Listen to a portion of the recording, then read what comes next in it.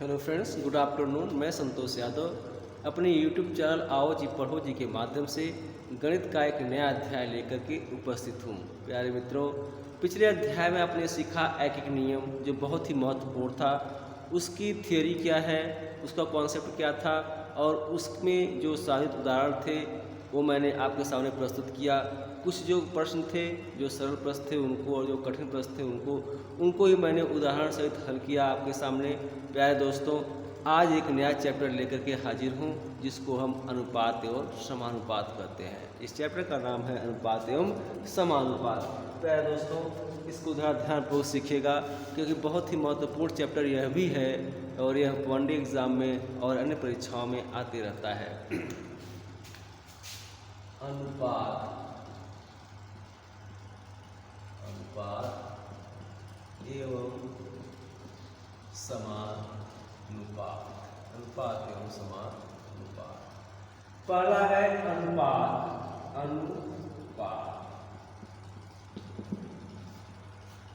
प्यारे दोस्तों, अनुपात क्या होता है?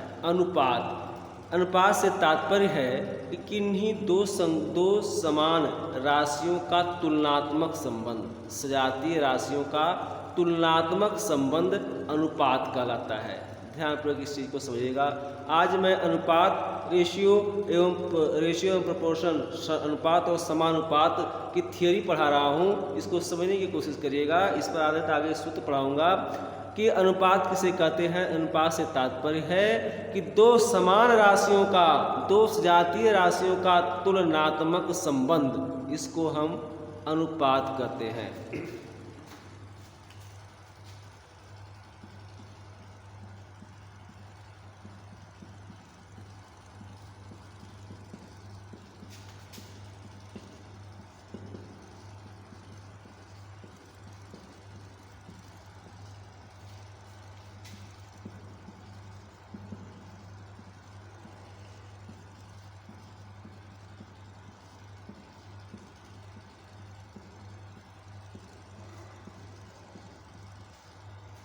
दो सजातीय राशियों का तुलनात्मक संबंध, दो सजातीय राशियों का तुलनात्मक संबंध अनुपात कहलाता है। जैसे द्वि संबंधी चार, इस निशान को हम अनुपात का निशान बोलते हैं। 2:4, A अनुपाते B। देखिए, दो सजातीय राशियों का तुलनात्मक संबंध, यानी सजातीय, यह संख्या है तो यह भी संख्या है, इनके बीच जो तुलनात्मक संबंध है इसको हम अनुपात कहते हैं। 2:4। यहाँ देखिए, यह लेटर है, यह भी लेटर है, ये संबंध है B या A अनुपाते B, इसको हम, इसमें तुलनात्मक संबंध है, इसको हम क्या कहते हैं? अनुपात कहते हैं।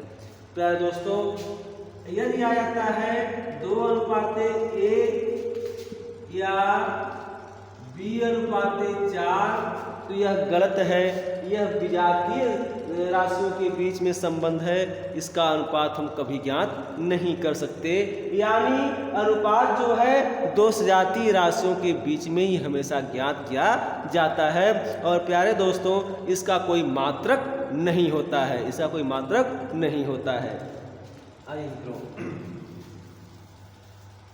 इस अनुपात को, इस संबंध को हम बटा में लिख सकते हैं, भाग में लिख सकते हैं। जैसे 2:4 को हम लिख सकते हैं 2/4, 2/4। ये संबंधी B को लिख सकते हैं A/B। देख रहे हैं ना, 2/4, 2:4 को हम 2/4 में, ये संबंधी B को हम A/B में लिख सकते हैं, भिन्न के रूप में लिख सकते हैं। आइए मित्रों, आगे पढ़ते हैं।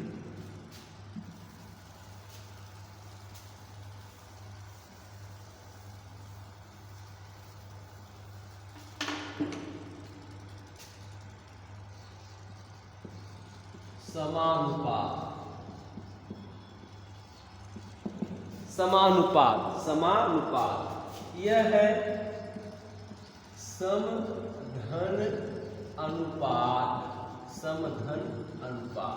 समधन अनुपात। सम माने बराबर, अनुपात माने अनुपात, अनुपात का बराबर होना।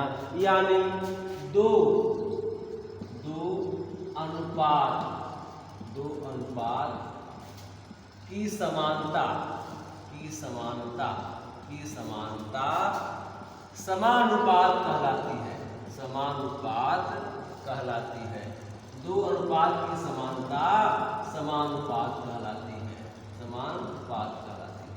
दो अनुपात की समानता समानुपात कहलाती है। इसका मतलब है क्या कि दो अनुपात, यानी जैसे हमने उदाहरण दिया दो संबंधे तीन, एक अनुपात हो गया जिसमें दो राशियां आपको दिख रही हैं, 2 और 3। समानुपाते का यह सिंबल होता है, देखिए यह सिंबल होता है। समानुपाते आपका आ गया 6 और 9। दो संबंधे तीन, 2 अनुपाते 3, समानुपाते 6:9। प्यारे मित्रों, यहाँ देखिए 1 अनुपात और 2 अनुपात, यानी 2 अनुपातों की समानता समानुपात कहलाती है।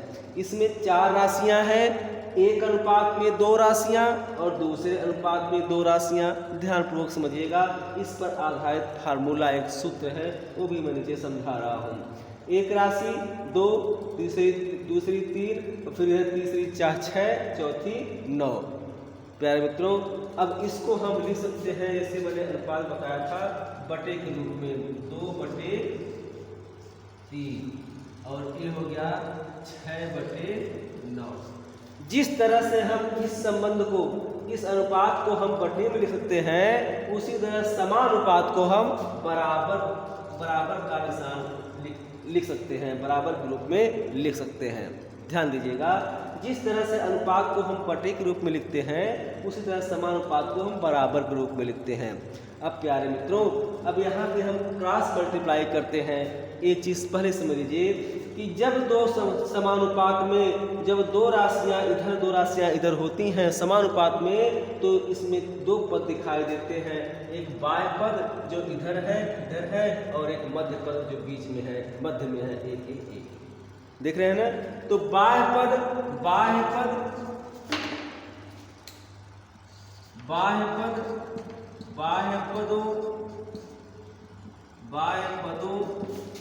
का गुणनफल बराबर मध्य पदों के गुणनफल।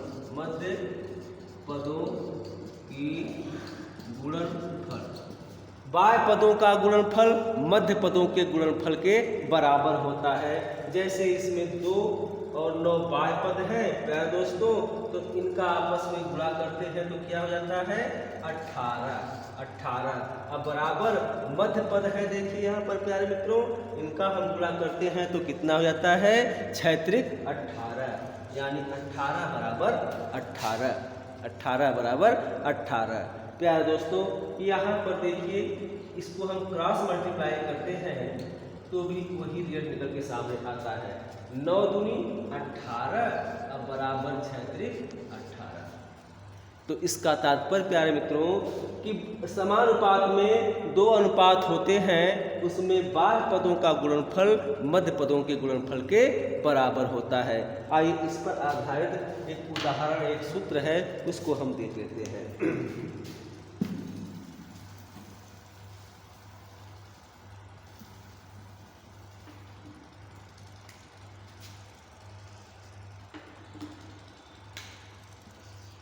A अनुपाते B समानुपाते C अनुपाते D।